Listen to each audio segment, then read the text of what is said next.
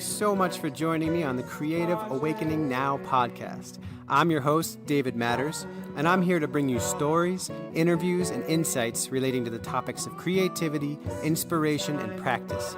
My intention is to connect with other people who employ a heart-centered approach to the artistic process and to share this profoundly inspiring content with anyone who cares to hear it. I hope you enjoy. This is a dream, and a dream is never the same. My guest this week was Samara Jade. Samara is a musical seamstress, stitching together diverse influences from bossa-nova to blues into a unique tapestry of intricate yet catchy sounds. Whether she is singing about our modern times, fermentation and compost, birdsongs, or coping with impermanence, her honest lyrics, nimble vocals, and heartfelt wit gives voice to feelings of interconnection in a fast-paced world. Her songs, which both open the heart and stimulate the mind, fall into a fan-coined genre of Philosopholk. Samara migrated to the Appalachian Mountains to study environmental studies at Warren Wilson College after studying guitar on a scholarship at Berklee College of Music. A decade of immersion in the earthly traditions of homesteading and mountain music is now culminating in her third album, Wave of Birdsong, to be released on the artist's 30th birthday, June 8th. Whether wooing a captive audience at an intimate house concert solo or rocking out with her band at a brewery or venue, Samara's performances foster a profound spirit of community and playful togetherness. And I got so many great things I can say about this interview. It was a lot of fun. Samara's just a really, really great person, really easy to talk to. And we did the interview at the place where she lives called The Landing, and it's this like communal area that all these cool people live at, musicians and artists and stuff. And we did it in her little space there, and it just had a really good vibe. And it also, I got her to perform a couple songs live in the interview too, which was really cool because I've been trying to just tweak my interviews, especially in person, the few that I get to do, and kind of work with the format and see what's coming out best. And I really enjoyed this kind of thing. It just focuses so much more on the actual music, which is really great. And yeah, we go into some really cool stuff about her new album and her process, and what it means to be an artist, and like what her practice looks like. And yeah, so we dive really deep in this. It's really cool. It felt good to get in there and just really dig into what inspires an artist, and what inspired her to write all the stuff for this album. And it was just super fun to kind of get to connect in that way, in such a direct way. And yeah, she's got some really cool stuff going on. She's going through a lot of transitions. She talks about her name change that she went through, and this new album, and she's also moving, and she's turning 30, and just all this really exciting stuff in her life. So it was really fun to touch on all that. And I do believe this was her first podcast interview, so that was really cool for both of us. And yeah, so I hope you guys will check out all of her work. I'll have the links up online in the show notes, and she's got her album release show on the 13th, I believe, of June. We talk about it in the podcast, but and if you stick around to the very end, we're gonna play a full song off the new album that hasn't been released yet, so it'll be a sneak peek. And I got to listen to it already, and it's really great. There's a ton of good stuff going on the album. A lot of really great production work. So yeah, definitely stick around and check that out. You're gonna love it. And yeah, as always, I hope you'll check out my work, check out my music. My band Life Like Water has played with Samara before at The Landing, actually, so that's really cool. On my fiddle player, Megan Drawlinger, she actually plays with Samara a lot as well, so it's a really cool connection we have. And yeah, check out Life Like Water's music up on creativeawakeningnow.com. Check out the blog, sign up for the email list, and you can get all that stuff right to your phone, right to your computer, whatever you use these days. Also, you can get my free ebook just by signing up for the mailing list. You'll get it sent to you, so check that out. And yeah, I got a lot of good stuff going on. I'm super busy. I'm trying to stay on this every single week, but I really do have a lot coming up, so we'll see how diligent I can be with it all and how on the ball I'm looking for some more really cool, inspiring people to bring on, and I have some really good stuff coming up, but I'm trying to like backlog it so I don't have to work so hard every single week. But yeah, if you guys have any suggestions, please let me know. Hit me up. Give me some tips, especially on local people, because I love doing this in-person interview. It's just so much more connected and beautiful, and that's what I'm trying to do. Is what I keep talking about, trying to build this community, and it really is working up. For how short of a period of time I've been doing this, it's been awesome. Everyone I meet and everyone I interview is becoming a friend, and just one more little connection in this whole bubble. So it's super exciting for me. This next week, I'm going to be out of town, actually, out of state for the whole week, and I do believe my interview will be done in Pennsylvania while I'm up there. So we'll see about how that goes and how that all gets sent out. But yeah, I'm getting to it. And like I said, I have a lot of cool stuff going on that I'm going to be sharing in the near future. So definitely stay tuned. Check me out on Instagram. Please leave a review and write a review. Whatever you can do on iTunes. It really, really helps. If you're listening to this right now, remember that. If you got it on iTunes or wherever, just go in and rate it, give it some stars, whatever you feel, and yeah, leave a review. It really, really helps a lot. So, and I keep saying that, but everyone does. It's just part of it. That's how we podcasters get out there. So, anyway, I'm gonna stop rambling. You guys are in for a treat with this episode with Samara Jade, and I really hope you enjoy. We'll catch you next time. Welcome back, everyone. Thanks for joining us, and thank you, Samara, for being here with me. Thank you, David, for having me. Absolutely. Well, I'm actually here with you. I'm at the Landing, this wonderful little communal spot in West Asheville. We were just talking about your name change. If you want to explain that for people, just in case. Sure. Say a few words.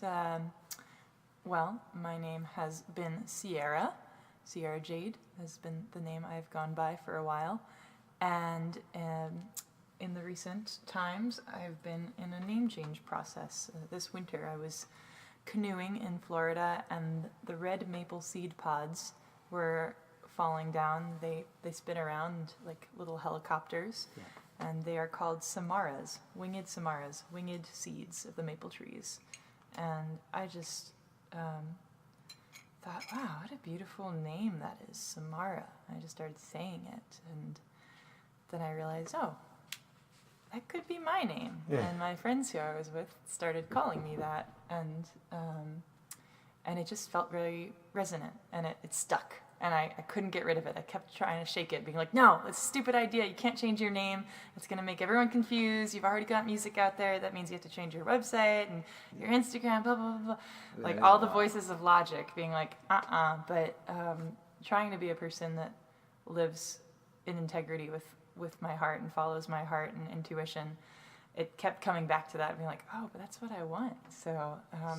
So I figured the time to do it was now, before releasing this big album that I'm about to release. So I'm now Samara Jade, but I won't be pissed off if people call me Sierra, because I'm trying to be understanding. Yeah, cool. Nothing against Sierra either. So. Yeah. No, that's great. I'm glad that we can explain that for people, because yeah. I know I used to travel a lot, and I had this whole thing where I wanted to change my name. And people tried giving me names, and I was like, and then nothing ever stuck for me, which was interesting. But I was in a phase where I really wanted it, so I wanted to give you that space. Thank you, yeah. But yeah, so I brought Samara on because, well, for a number of reasons, because she's a great musician, but she's releasing a new album, brand new album, and I got to have a little sneak peek of it before it got released. I listened to it all last night.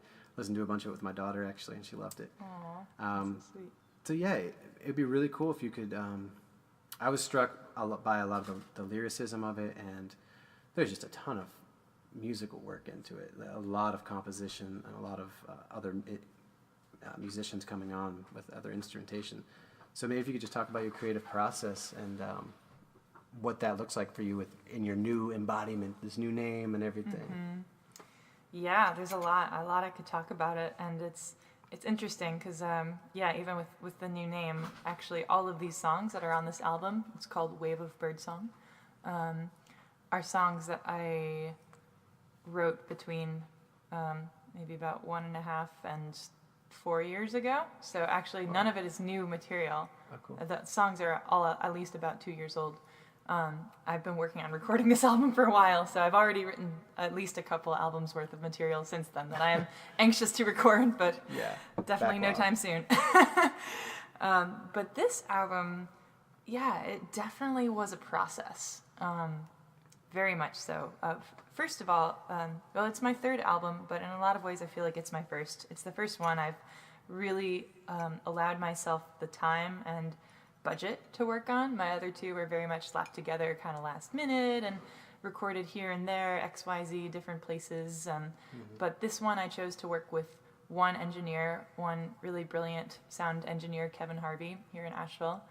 And I did a Kickstarter for it, which is a whole thing. Yes, Kickstarter was a full-time job, definitely, for a month of my life last year. But I was fortunate enough that the Kickstarter, all the hard work in that really paid off, and I was able to raise most of the money, definitely not all of it, but a good amount that recording this album without that would have never been possible. So, so I recorded it at one studio, Griffin Sound, Kevin Harvey studio, and was fortunate enough to be able to have the money to hire some of my favorite musicians around here, folks that I a lot of them are folks that I play with on the regular, but also had a lot of really great special guests and nice little surprises. So it's, let's see, it took me over a year to record, on and off a lot. I worked on it, and I would maybe not work on it for several month periods, and then come back to it.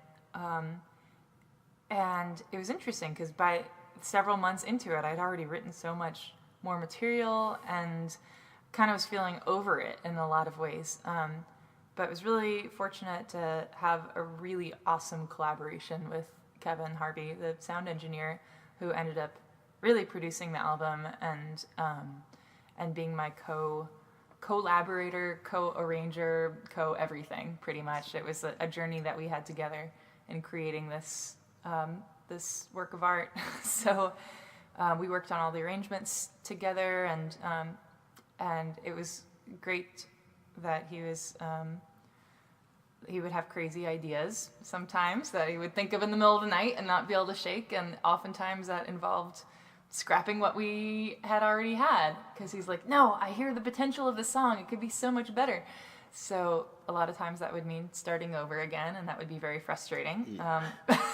But it was like, thank goodness we did, because it would sound nothing like it did if not. So anyway, my point with that being the songs, several months in, I was already tired of them in a lot of ways, and was just ready to be done with it. So we were having to like really breathe new life into them to keep it fresh. And so it was a good thing that that I gave myself the time to work on it, because I feel like it allowed us to really flesh out the song's fullest potential. And I also definitely have had a very transformational year in a lot of ways. Hence the name change has been kind of a part of that. And turning 30 and going into my Saturn returns, and for anyone who believes in all that astrological stuff. But it's definitely been a time of a lot of deep changes and personal growth, and I feel like a lot of that has worked its way into the record, even though all of the material was older. Yeah. So I don't remember what your original question was, but that's just some of my process of recording the album. Yeah, no, that's awesome.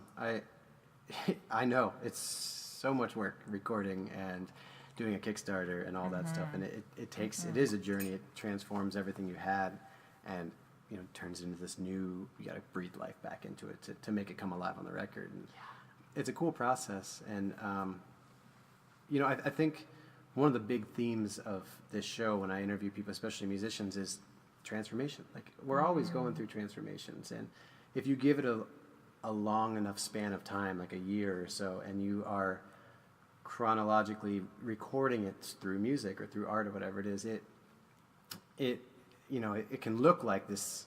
Oh, there's this thing, it's done, and I put it out, and people can see it, and it's like, oh, how deep or whatever. But at the same time, it's like, that was 4 years of my life right there. Oh yeah, embedded in those songs. That. And maybe if you could talk a little bit more about that with like personal transformation and how you use art to channel that, and like how you use music to process that stuff and share it with because I think that's one of my favorite things about listening to albums and about looking at a piece of art and knowing that somebody went through this thing, and like if you can express it, it's really beautiful, but it's very hard to. But songwriters, you have the beauty of talking about it, singing it out. So that's beautiful. Thank you. Yeah, songwriting, as I view it, really all art making, but songwriting for me personally is my way of understanding the world, digesting my experiences, and reframing my experiences into stories that hopefully can serve me. And that's a big part of the transformational process for me in songwriting, is using songwriting as a tool for myself. I don't really view songwriting as like an external thing, like, oh, like it's my job, I have to like sit down and write a song. It has become that somewhat, but it is a spiritual practice for me in that it's something I have to do to be able to understand my reality. And it allows me an incredible opportunity to reframe circumstances, and then it's like a musical mantra. It's like the more times you sing and play a song, the more it becomes. And so that's something I've tried to become super conscious of like, oh, what am I putting in my lyrics? What do I actually want to be singing about? What are the words? Because like, especially with music, it's not just like I'm repeating something over and over again with words. It's like it's coming straight from the heart. And so I feel like every time I sing it, I want it to be serving me. And it's an added side effect when it maybe has that effect on somebody else. But totally. It's kind of a selfish practice for me. I'm like, I have to do this.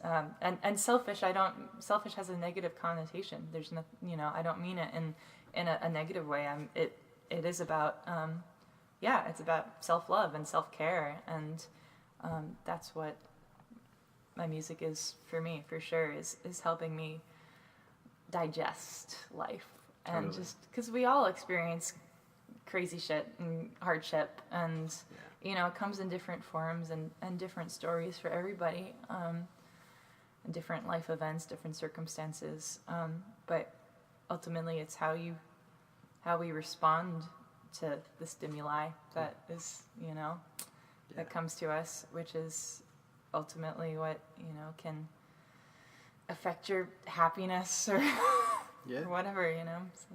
Well, I think that theme comes up over and over and over again with people, where it's like, not only the use of art to translate an experience that is beyond words, but also that feeling of selfishness, where it's like, this is for me, and this is my song, and this is how I relate, and this is how my catharsis or whatever. But at the same time, always, if it's a true personal expression for yourself, there's always someone out there who can connect with it.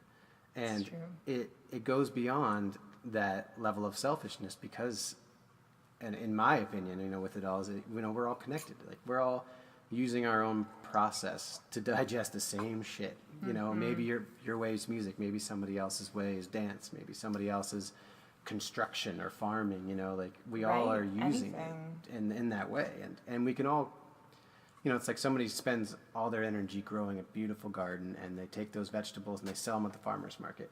You show up and you buy those delicious, bright colored, healthy vegetables, and it affects you. It is giving you as much as they were, it was giving for them. It's this reciprocal process that I just love about art, and that's what my show's all about, and trying to tap into that. And I think you just summed it up in a really great way. It's kind of beyond words, but the beauty of expressing that way is creating relationships, like performer and audience, or observer and the observed, whatever it is.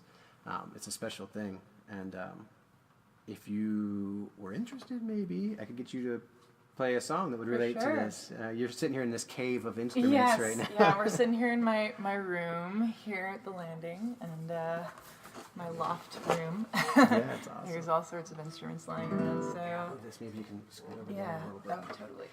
Yeah, But let's see. Anything that relates to that, what you're saying? Definitely. I've got a lot of things that relate to that. Well, since I was talking about my use of music and songwriting as a tool for reframing life's events in a way that serves me, I can play a song that has been very instrumental in a struggle that I've been going through over this past year or so, or past, I guess, 6, 7, 8 months of going through a really immense heartbreak. And it's interesting because none of the songs on the album, like I said, they were all older material. So none of them, content-wise, are remotely anything about this relationship. Yeah. And yet, going through this falling in love and out of love and heartbreak process while recording the album, it brought a whole new depth to it, even though none of the songs are about it. So awesome. That's kind of been part of the process for me. Also, we're sitting here in my room, and I have a stash of gallons of... You're probably wondering what on earth that is. I noticed this. I did notice this. I have a bunch of glass gallons with some fermentation tops on the top. I'm really big into fermentation, and I like to make mead, or honey wine, as they call it. So all of those particular meads are meads that I made with my former love, which is the one that ended up turning into this really giant heartbreak. Yeah. So it's interesting, they're all sitting there in the corner of my room, and... What a good metaphor. Well, you're onto something. So it's not the first song I've written about fermentation. That's one of my more well-known songs, is The Church of Fermentation. It's kind of like a ha-ha funny song, but about it's about honoring all the microorganisms and the yeast and the fungi and how they keep the world going round, inside of us, outside of us, and they digest things for us, pre-digest things. And so as around the winter solstice, we had made those meads around the summer solstice. They're Juneberry meads. Oh, nice. And it's getting on Juneberry time of year. This year I was walking by a Juneberry bush, and they were ripening up the other day. So I was like, oh my gosh, it's Juneberry season again. So anyways, we had made those Juneberry meads last year. And around the winter solstice, amidst like really just the dark despair time, it really started to strike me as a potential metaphor of like, wow, okay, so when you first make these meads, these honey wines, they're so sweet. With the fruit of the Juneberry and the honey, and then over time it becomes more bitter and sour, and the flavor changes. Mm-hmm. So I'm like, okay, there's a metaphor for the relationship in there, and how it's not just that sweetness can't stay. It can't stay that like perfect summertime bliss. That's sort of. It's changed into something different. Yeah. And so this song was. Definitely a process to write, because I was very intentional in writing it and wanting it to be a healing experience for me. Awesome. So I'll play Juneberry Wine. Good. So is this on the new album, or is this is not on the new album? Okay. Most definitely not. Awesome. Yeah. Cool. Well, I can't wait to hear it. This is a new one. Let me make sure this is all set. Good. Thanks for listening to my story there. Absolutely. I had to set it up. No, I love it. I love it. It's perfect since you're in my room and you can see this I know, right? cacophonous mess of fermentation things. There's a nice stash of hooch.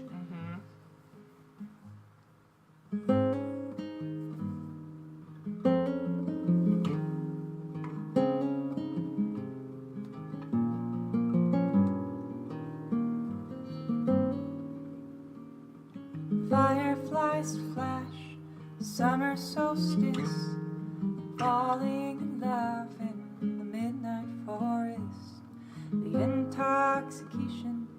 We recognize the perfect reflection inside of our eyes, and all of the lifetimes that led up to this cosmic reunion, this soul joining kiss. Let's capture the essence, preserve the divine, as if we could bottle up and somehow freeze time. But nothing stands still in suspense. Love bubbles up as the sweetness ferments into Juneberry wine. Juneberry wine, born when our hearts were first falling entwined, and mixed with the essence of honeysuckle vine.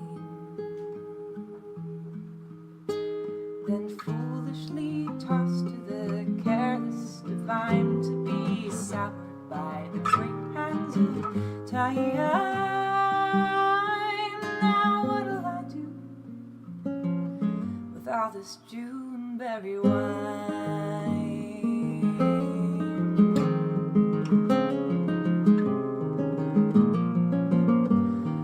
Left as a ghost, you left with no trace, except the gallons of wine which our love was encased. It sat in the corner, waiting to be strained, but I could not look, I could not face the pain, until the longest of nights, on the darkest of dark, from the depths of despair of my catacomb heart, I look to the carboy and know that it's time to strain out the fruit and taste that honey wine that could never stay still in suspense. 'Cause love bubbles up as the sweetness ferments into Juneberry wine. Juneberry wine, bittersweet relic of warm summertime, then mixed with the essence of honeysuckle vine, then foolishly tossed to the careless divine, to be soured by the great hands of time. Now what'll I do with all this Juneberry wine? So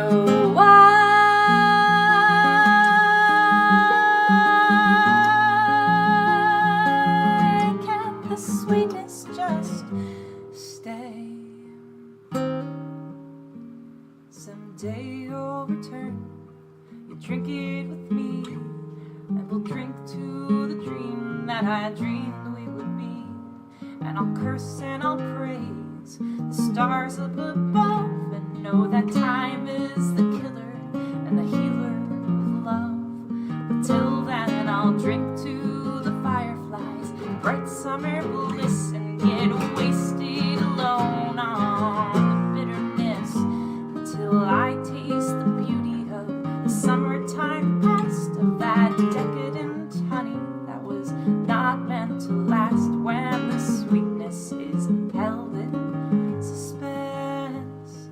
The flavor complexifies as it ferments into Juneberry wine, Juneberry wine. I guess that's the best gift you could leave behind.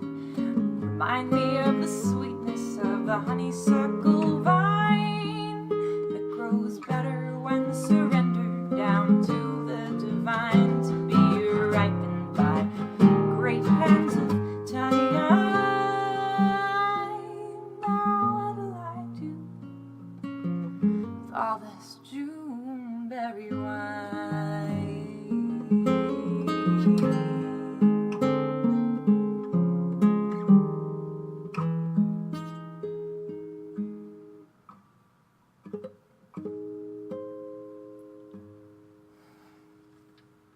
Beautiful. Thank you so much. Yeah.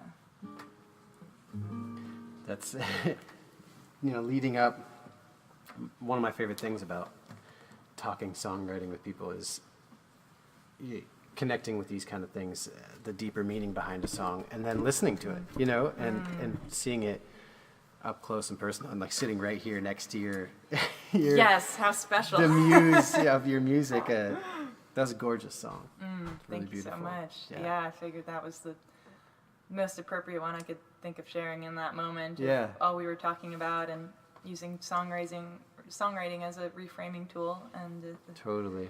and then those meads sitting right next to you, which I still haven't done anything with. They still are sitting in the corner waiting to be bottled up. That's great. My being a songwriter as well, you're always looking for the story. You know, the deeper you want to convey this thing, but you don't want it to be cheesy, and you can't just say it. Like, it doesn't express it as well. Like, poetry is this special thing that's designed to communicate what cannot be spoken, you know. And music obviously is takes it to a new level beyond that even. And it's very difficult to find that in a, you know, and like, it comes. Usually it's not something you, for a song like that, you know, and for songs like that I've written that have like deep personal meaning, somehow they just always kind of come. And in my experience, like, sometimes you grind through a song, but other times it's just like, boom, there's the metaphor, there's the meaning, and it just kind of just drops into place. I don't know if that's how it was for you with that song, but... Actually, that one, not so much. That one was a process. Yeah. It was very much a process. I knew I had the idea for the song, and like over a period of a month of working on it, Nice. frequently it kind of came in pieces. And because I wanted it to like, and I edited it many times and changed it many times because it kept being like, I wanted to give it a more kind of positive ending as I was still working through much of the despair and still feeling very negative about the whole situation. Yeah. I kept leaving it with that, and then being like, no, there is something amazing about tasting an aged wine, an aged mead that, you know, that the trick of time has seasoned.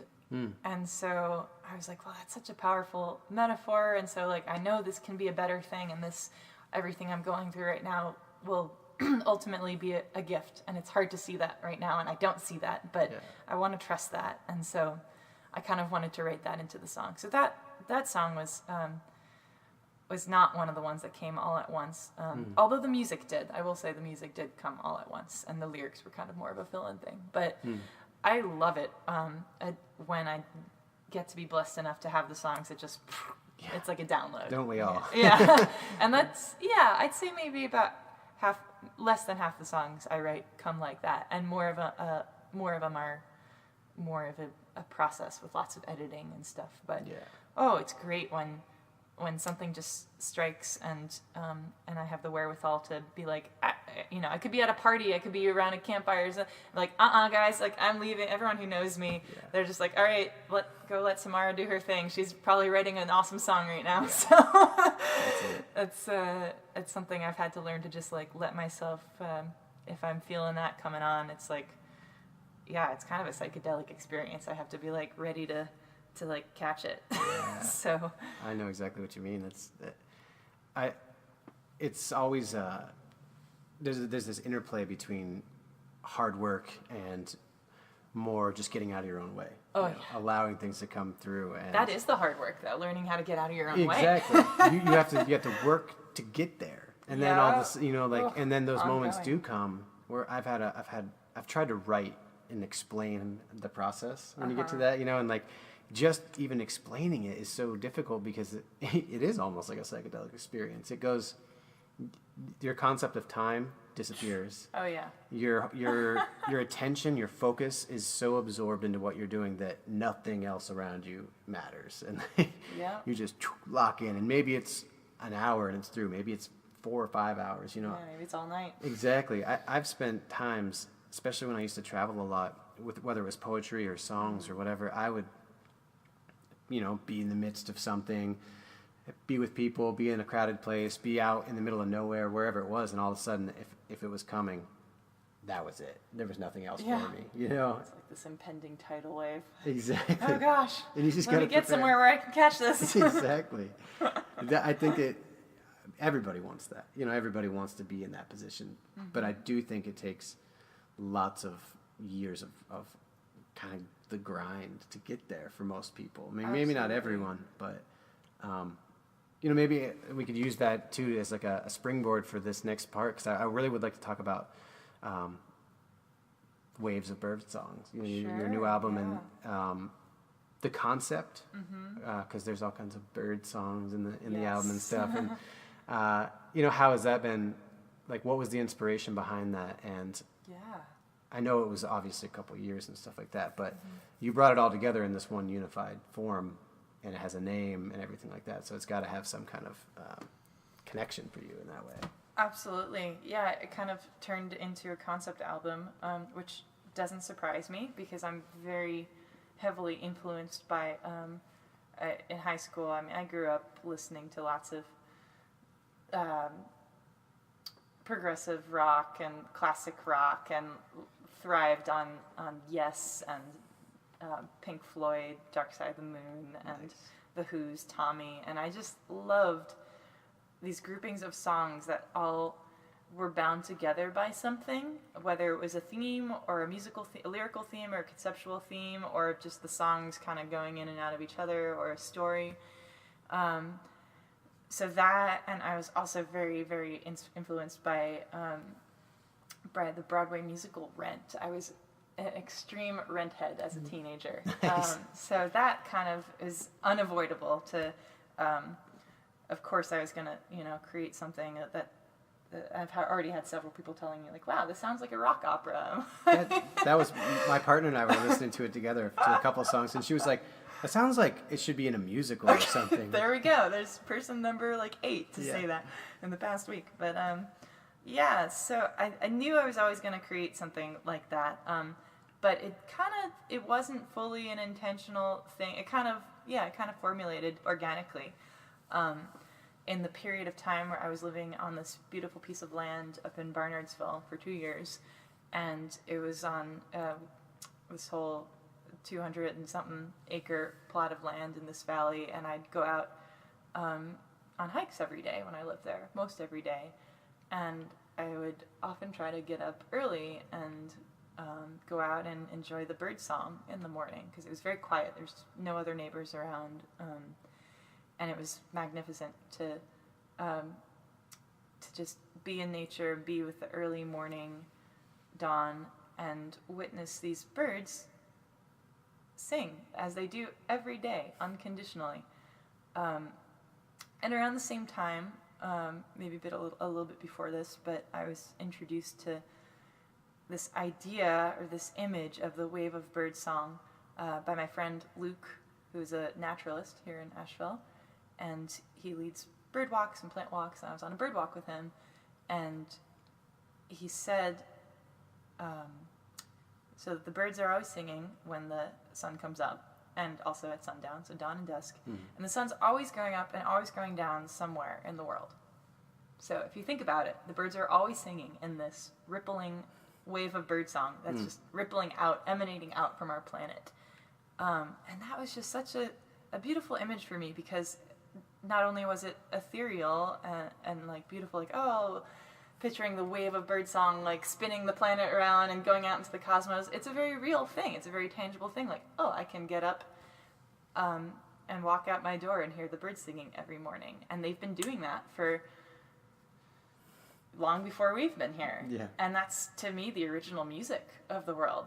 The birds, the insects, all the things that form these rhythms, the underlying rhythms of existence. And that's kind of what the first track of the album is about, the unseen song, the underlying unseen song, just about tuning into all the layers of existence and that are there all along, and it's just a matter of tuning into them. Not, the birds are always singing, but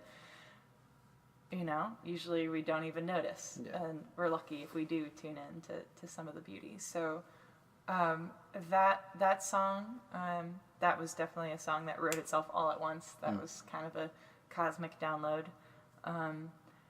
And a number of the other songs are about birds too. I was just being very influenced in this period of time by nature and writing a lot of my songs outside on this piece of land that I lived at.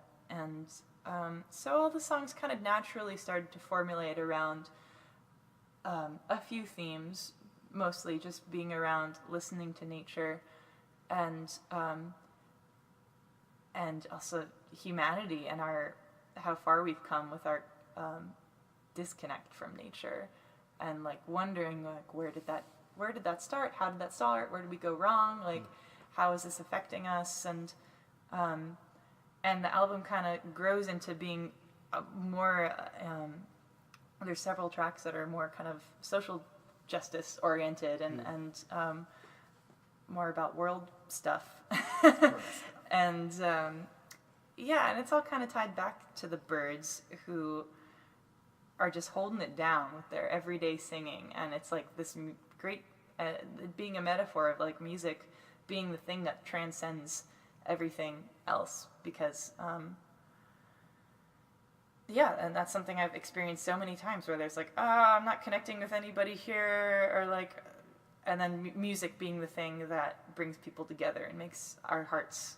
Music is the language of the heart, and there's been countless moments of my life where music has helped transcend those divides, whether it's been a language barrier in traveling in other countries and like not being able to connect with people, but then we play music and it's like this magical human connection thing. You just know each other. Yeah, and it's like I see you, like I see you and your humanness. And so just witnessing the magic or the music, I think there's a reason why magic and music kind of sound similarly, because they are almost synonymous. The music really is a form of magic, a magic tool of human connection.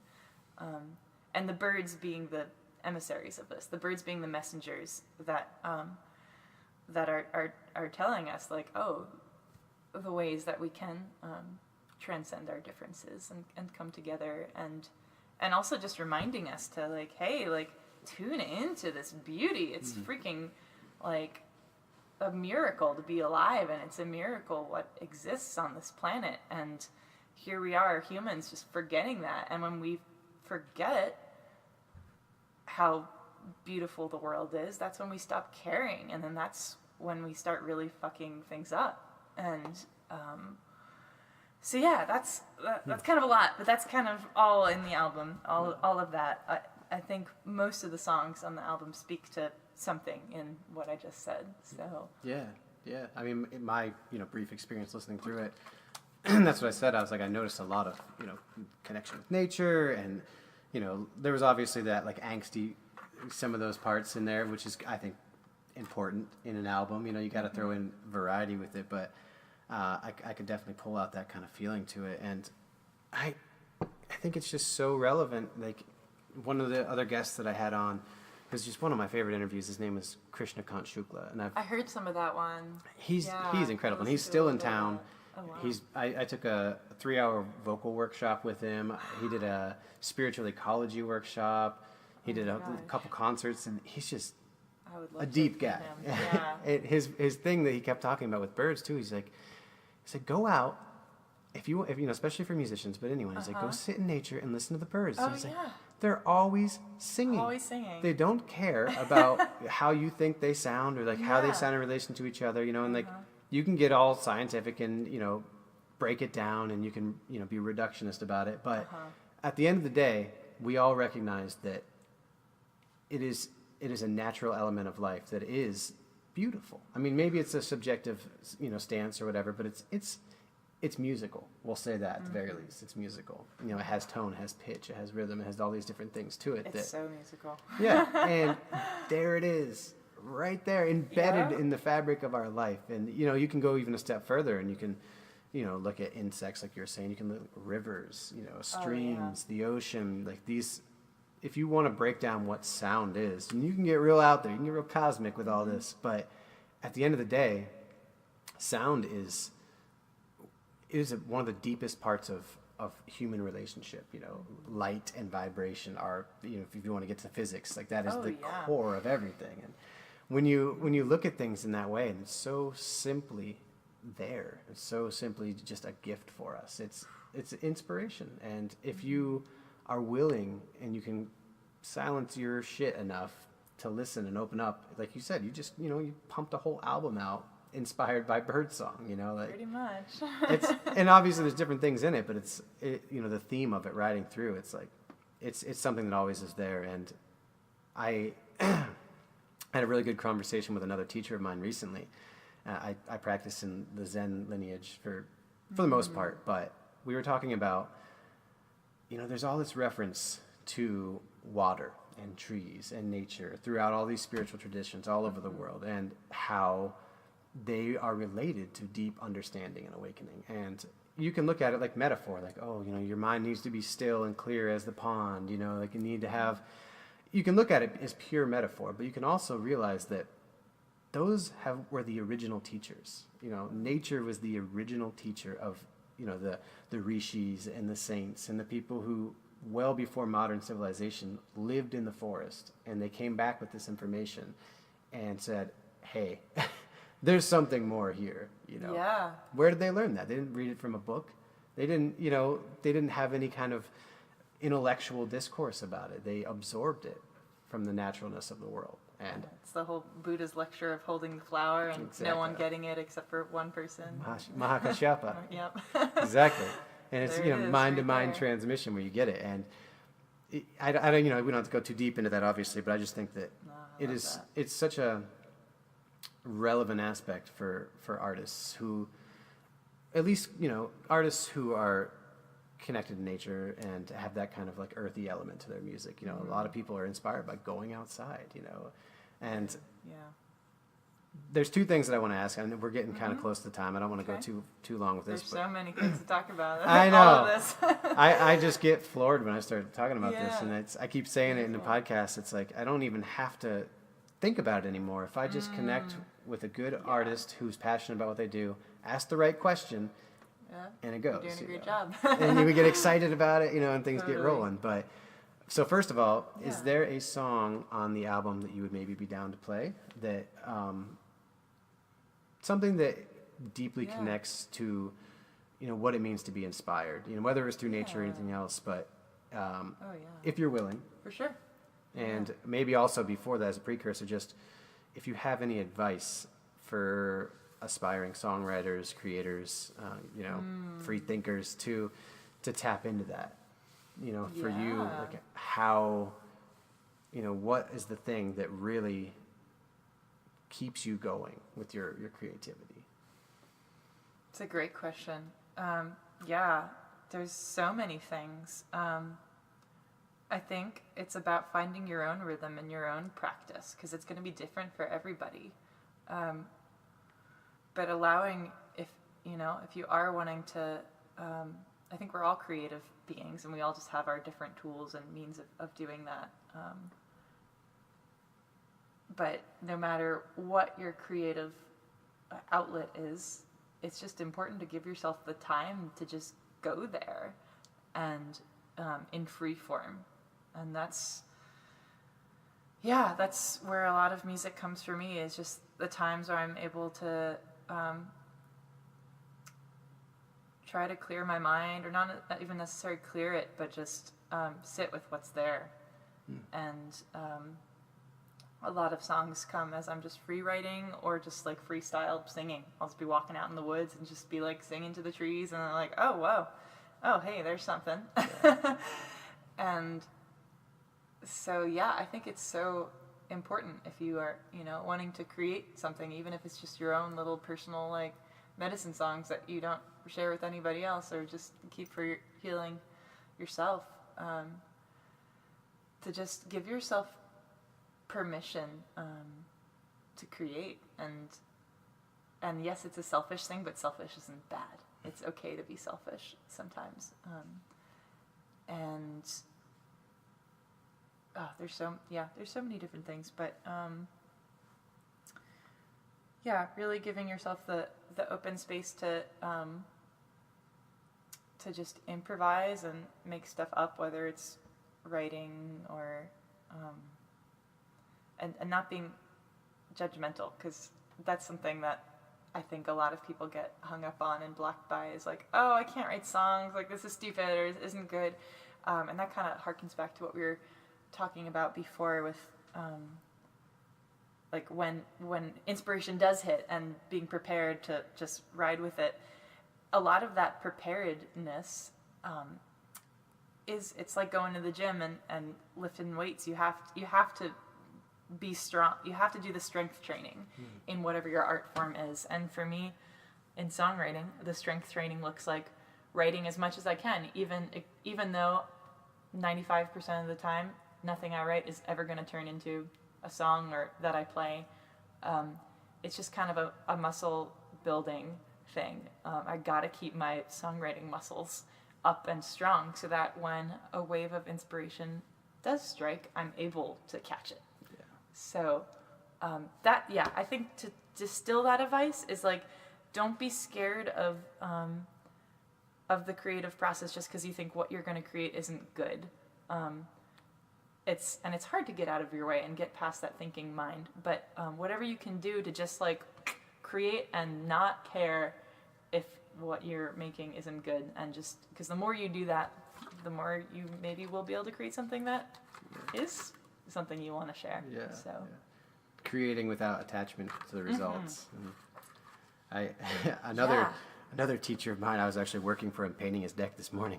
He's a music teacher and just cool. Amazing guy. But we were talking about this exact thing, and he's like, I think that the best advice, especially for musicians, would be you have to be prepared to suck a lot. Yeah. For a long time. Oh, yeah. And be okay with that. Oh, gosh, yeah. And there's nothing wrong with sucking, No. Like, it's part of the process. And if you're just starting playing music, whether you're, 7 years old or you're 70, if you want to play, you want to create, or you want to paint, whatever it is, you need to be prepared to not be all that good. And if you can work through that with that, beginner's mind kind of outlook, that's where it all starts. It's true. That's why I said, even though this is my third album, it feels like my first in a lot of ways, because I feel like I'm like, oh God, everything I made before this just sucks, which I know is not true, but it, like comparatively to what I'm creating now, it's like, oh, we grow so much. But I'm like, I'm glad I made those other albums, because there's nothing wrong with them. That's just where I was at the time. But those people who loved it then still will love it after your new album. Sure. That's the thing about being but your I'm own worst critic. critic. Do I want to keep that on my merch table? I don't know. I know what you mean. That's great. That's great advice. Thank you. Thanks for asking.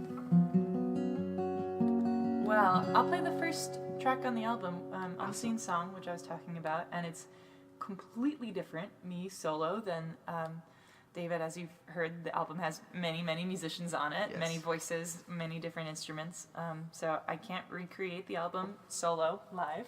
But that's perfect. That's what we want. This Bare is, bones. Right. This is the first track, Stripped Down.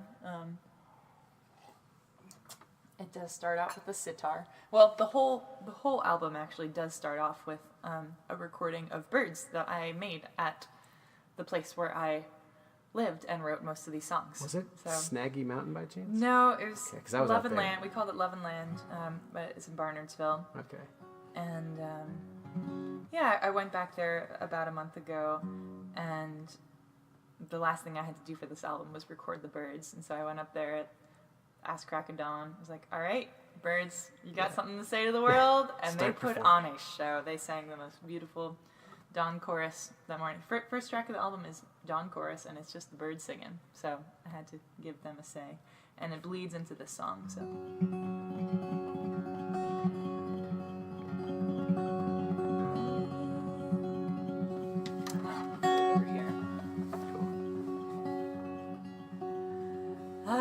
Listen to the silence till it was no longer silence. It was filled up with birdsong that had been there all along. Till it was filled up with birdsong that had been there all along.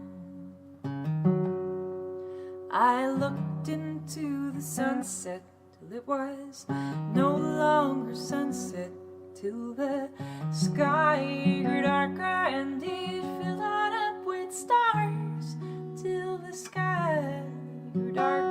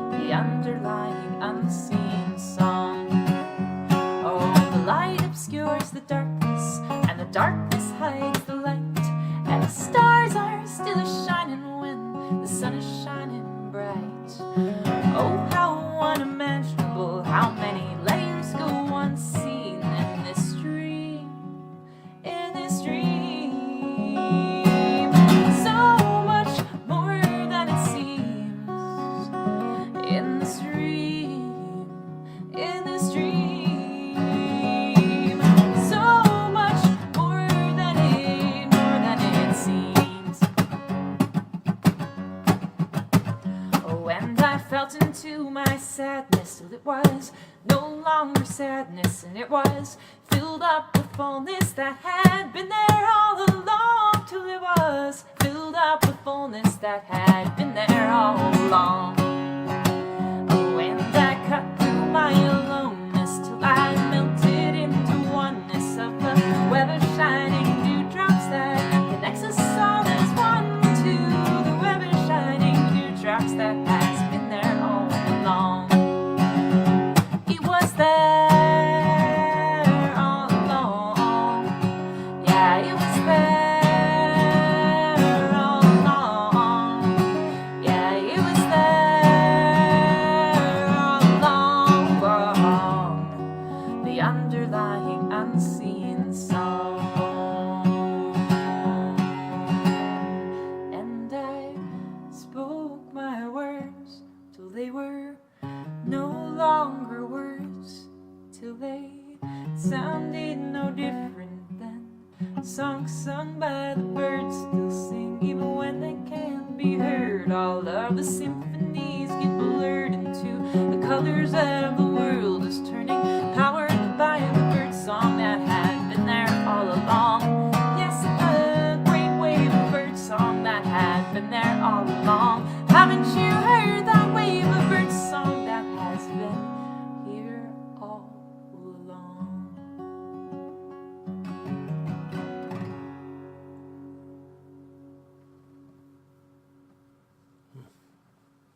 Awesome. Thank you for that. It's a fantastic song as well. It's definitely a little different than it is on the album, that's for sure. Definitely.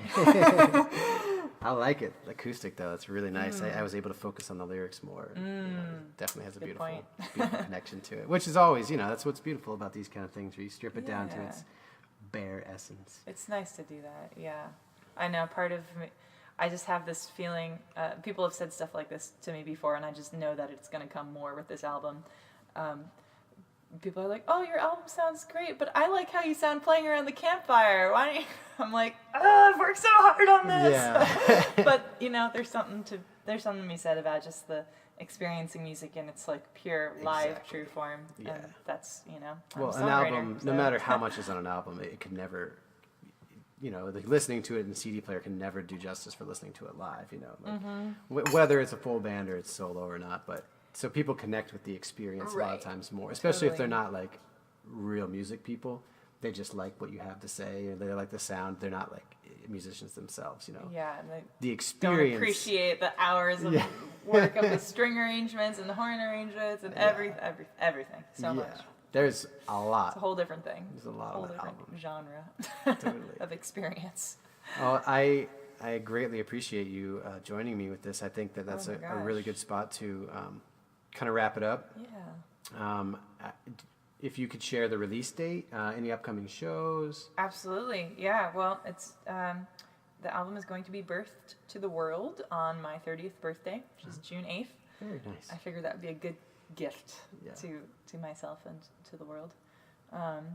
But we will be releasing it in physical form at the Mothlight on June 13th with the full band. Not quite every single person who played on the album, but a lot of them. Yeah. Cool. So, Asheville, for folks who are around Asheville, June 13th at the Mothlight. But if not, you can get a digital download of the album on June 8th on my Bandcamp or through my Facebook page, Samara Jade. So Yeah, so that's all updated now. It's now yes, Samara, yes. not Sierra. I currently don't have a website, but I've got Facebook and Bandcamp, and everything else is Samara. So Awesome. working on And the website. Instagram and all that. Yeah. Too. Yeah. Sweet. Well, that's great. Any other shows in the area, or is that just That's actually really it. Other than like a jazz gig at Zombra's on the 15th. That's just kind of, but that's not really my stuff. But that's another thing I do is do the more swing and bossa nova cool music. But no, I'll be leaving this area. I've been here for 10 years, and I'm taking a little hiatus from the area, moving into my van and heading west. But doing a tour in the Midwest on the way out across the country. Cool. With my friend Rachel Waterhouse, who's another local artist. She actually lives right here at the Landing too. Sister Ivy is her band. She'll be coming with me, and we'll be doing a bunch of house concerts along the way. So Awesome. Yeah, super psyched for that. So really no other local shows. It's the Mothlight is the big one right now. And then, yeah, we'll be going through Indiana, Minnesota, Iowa, all those places. So. Awesome. Well, yeah, I'll have the links up on this and share, whatever I can share through my listeners and everything like that. Sweet, yeah. Yeah, so I mean, talk about transition. New album, new name, new life course. It's all turning 30. I'm like, oh my god. 30. I feel it. It's just a number, but there's something societally and culturally about it that's like, very much. My 20s are over. Like, thank goodness. Maybe it'll just get better from here, hopefully. My 30th birthday, I turned 30 the year before last. I'm 31, but my 30th birthday, I had all these things. I was like, I'm going to go skydiving, or I'm going to go do an ayahuasca ceremony, which I ended up doing the next year. Nice. But my decision at the end of the day, I have a kid and everything, I decided to keep a journal for my entire 30th year and to write at least once a week. I had how many pages that I could do it, Yeah. So I journaled my whole 30th year to see what kind of transformation I would go through. Oh, beautiful. And man, I highly recommend that, especially for 30-year-olds. Yeah, I've kept a journal since high school pretty consistently, and that's actually I should have mentioned that in when you asked me if you have any advice or whatever. You said free writing. Yeah, just write all the time. That's where stuff comes for me. And journaling doesn't work for everybody, but for me, I've got to make it a practice of writing almost every day to keep those muscles strong. Totally. So, yeah. I'm the same. That's awesome. Well, yeah, like I said, greatly appreciate it. Gosh, yeah, thank you for the opportunity. It's really, I haven't really had the opportunity much to be asked and share and talk about all of this. So I really appreciate you reaching out to me and including me on your awesome podcast, which I enjoy listening to. So. Yeah, thank you. Yeah, it's something that I'm very passionate about, especially with local people. I mean, everywhere there's great artists, but when you live in an area that there's so many great musicians and artists, and it's a lot to tap into. Exactly. So especially here in Asheville. Mm-hmm. So yeah, I'm grateful for the opportunity as well. So thank you so much. Thank you, David. Look forward to hearing what everything comes out, and I'm gonna try and make it that show. Awesome. I might not be back in town. I think I'm getting back in town the day before that, so we'll see. Great. Well, hope to see some of you listeners out there. Yeah, for sure. I'm sure people are going to come. So, all right. Thank you so much, everyone. And we will catch you next time. Gathering lessons and falling morning rain. Catch them in buckets and jars of the warm refrain.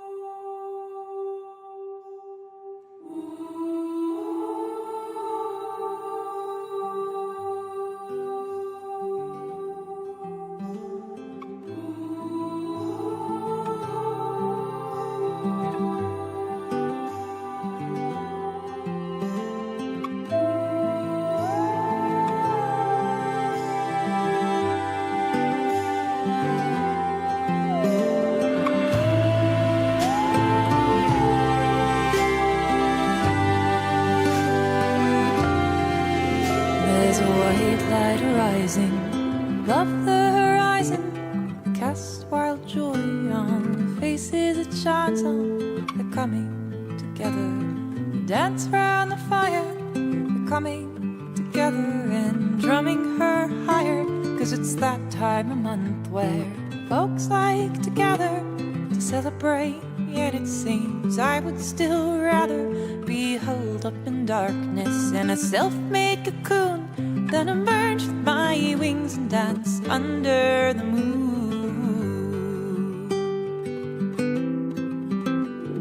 Oh, moon, help me let go of my sorrow.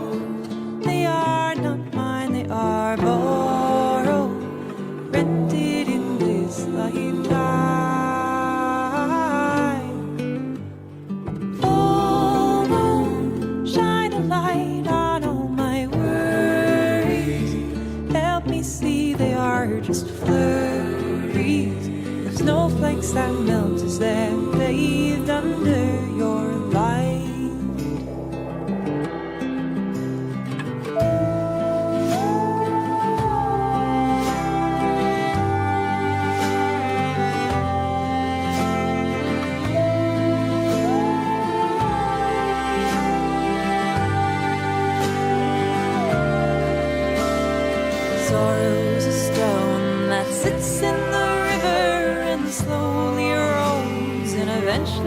grows thinner, falls down to the ocean. Someday to be sand. The journey takes millions if you don't take a stand and take charge of your grief. Trace it back to the source. Is it from this lifetime or ancestral remorse? So call on your ancestors to clean out the wounds, and we'll all dance freely under the moon.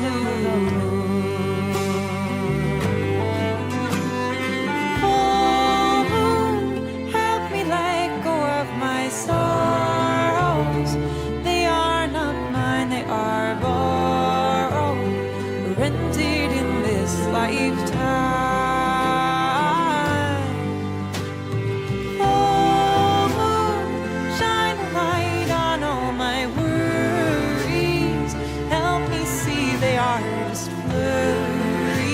The snowflakes that melt as they're bathed under your light.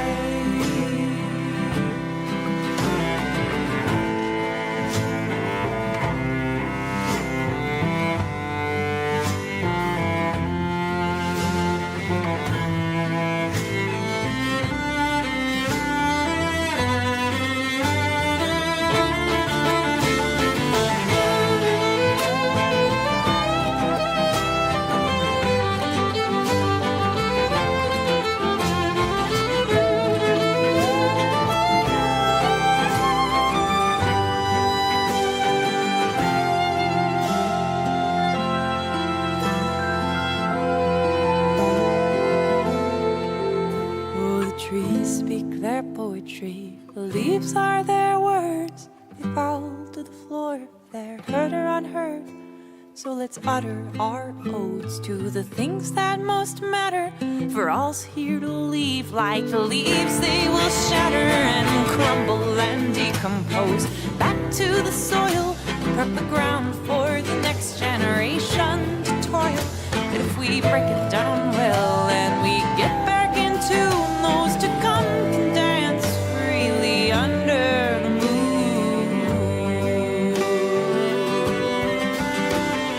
Full moon, help me let go of my soul.